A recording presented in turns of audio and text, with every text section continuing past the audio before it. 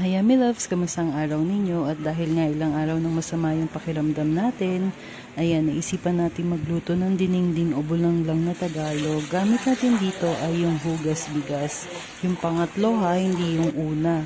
Tapos hindi tayo maglalagay dito ng bagoong, patis lang. Kung ano yung available na gulay sa inyo, push, pwede nyo gamitin. Ang gagamitin natin dito ay kalabasa, okra, tapos dahon ng saluyot, malunggay, may bulaklak din to ng kalabasa.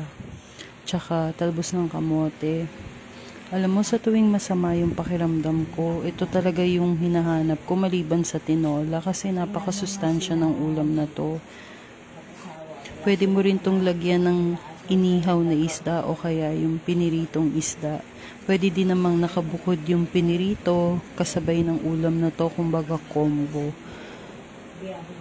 Kayo, Yummy Loves, ano yung favorite na version ninyo ng bulanglang o dinengding? Comment below. Ayun lang muna. Salamat sa panonood. See you on my next video. Stay safe and God bless, Yummy Loves.